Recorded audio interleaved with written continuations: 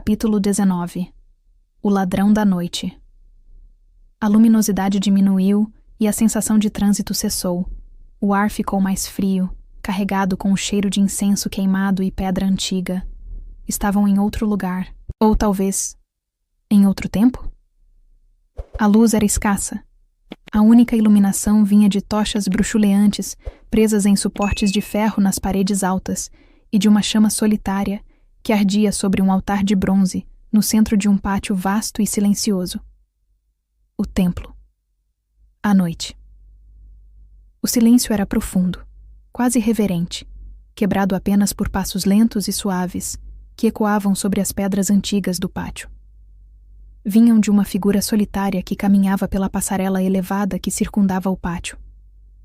Um guarda, envolto em mantos escuros, carregando uma única tocha cuja chama lançava sombras longas e dançantes pelas paredes imponentes. Seus movimentos eram silenciosos. "Quem é o sujeito aí em cima?" sussurrou Ben para Levi. "Ah." Levi estreitou os olhos, reconhecendo a figura sombria. É ele, o guarda noturno do templo, ou como alguns o apelidaram, com um misto de medo e respeito, o ladrão da noite. Ladrão da noite? Ótimo nome para um guarda, super tranquilizador. Ben ironizou em pensamento. Não porque ele roube ouro ou prata, continuou Levi, adivinhando a pergunta não dita de Ben, mas porque ele surge do nada, como um ladrão na calada da noite, e desaparece sem deixar rastro. Seu ofício tem uma temida tarefa, é justamente surpreender aqueles sacerdotes que, por cansaço ou negligência, não cumprem seu dever sagrado durante as vigílias noturnas. Lá do alto, o ladrão da noite percorria as passagens com o olhar aguçado de uma águia, conhecendo cada sombra, cada canto daquele lugar sagrado como a palma da própria mão.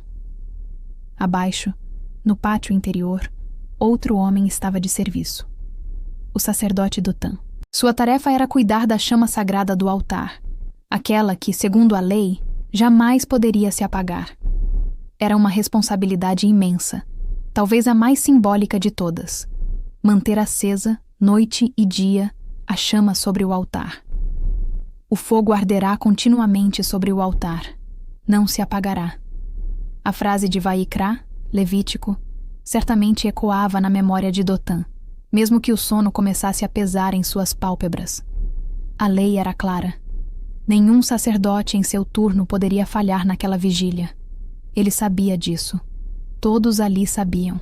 Dotan era um dos muitos sacerdotes que vinham uma vez por ano, de cidades distantes para cumprir seus 15 dias de serviço obrigatório no templo.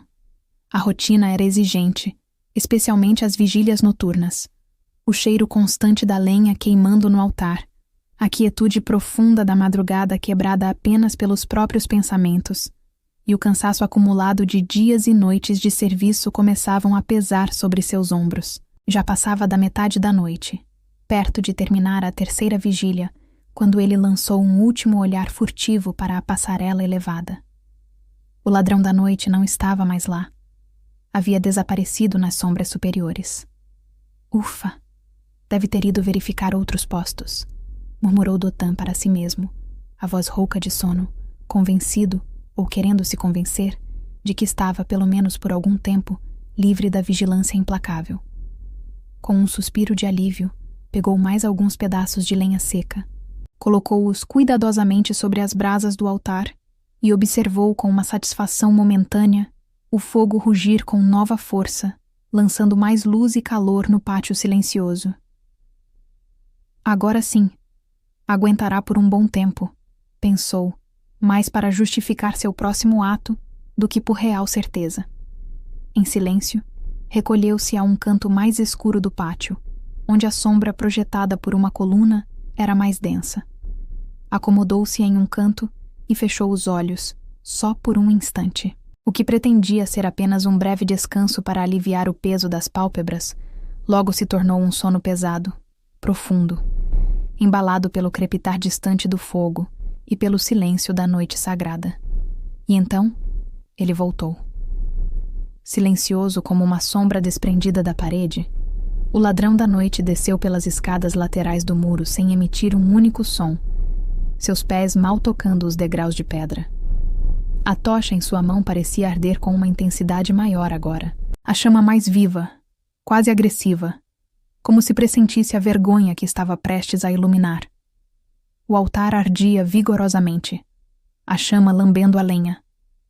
Mas o sacerdote responsável por ela não estava ali.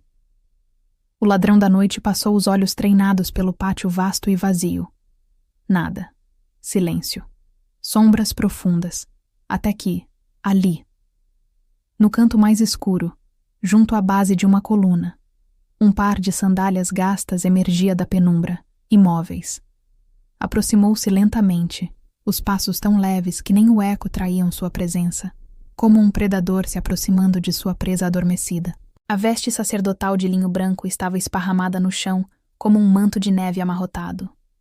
Dotan dormia pesadamente, a boca ligeiramente aberta, um leve ronco quase inaudível traindo sua paz totalmente indevida e perigosa naquele lugar e naquela hora.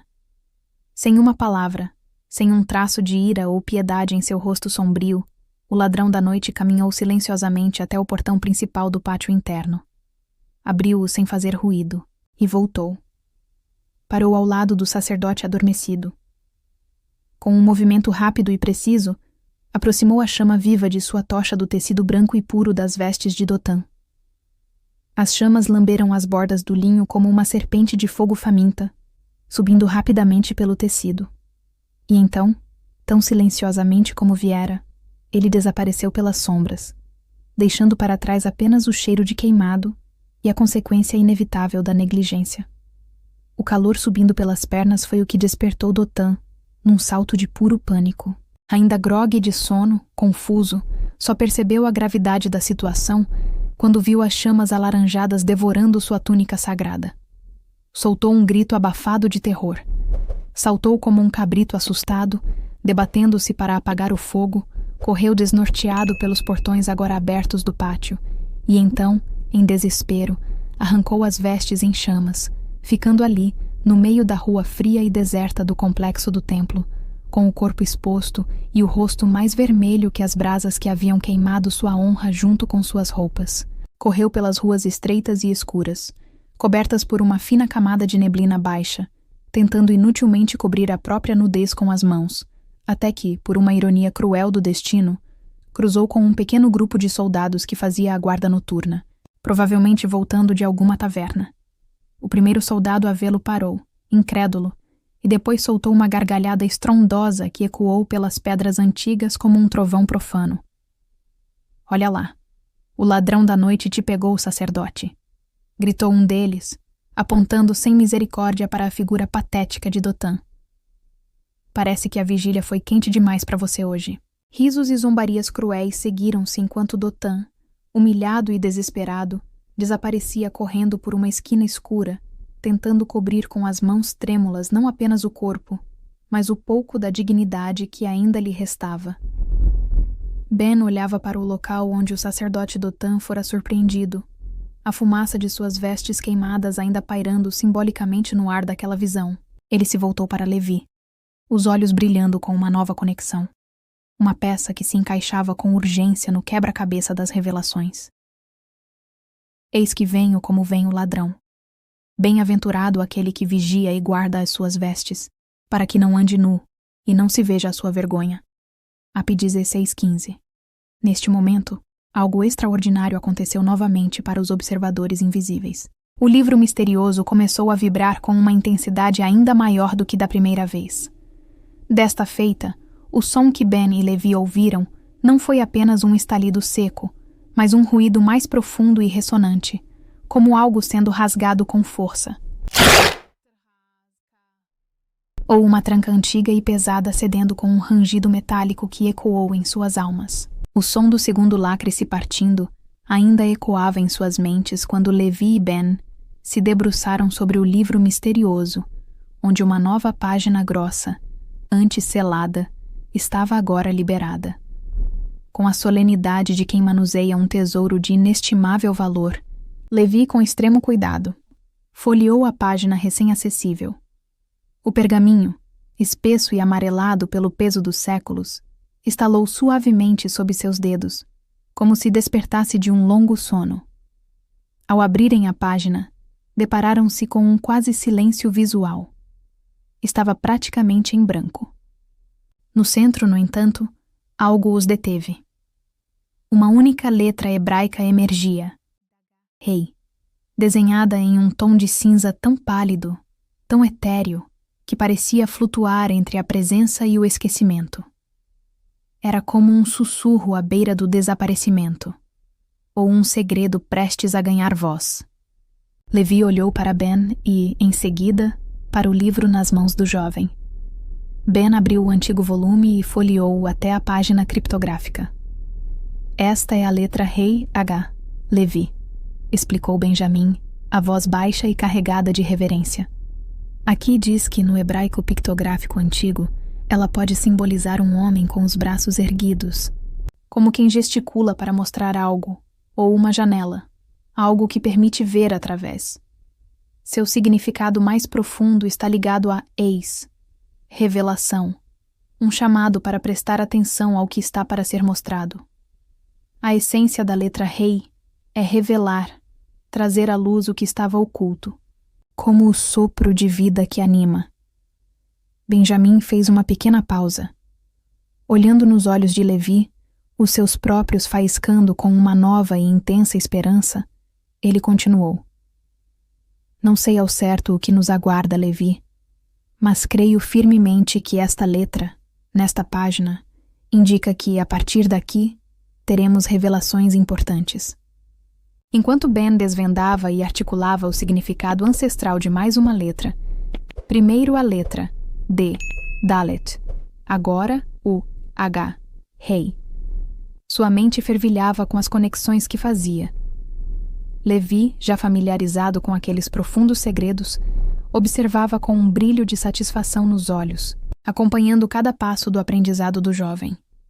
Para Ben, era como aprender um novo idioma, um idioma de símbolos e segredos.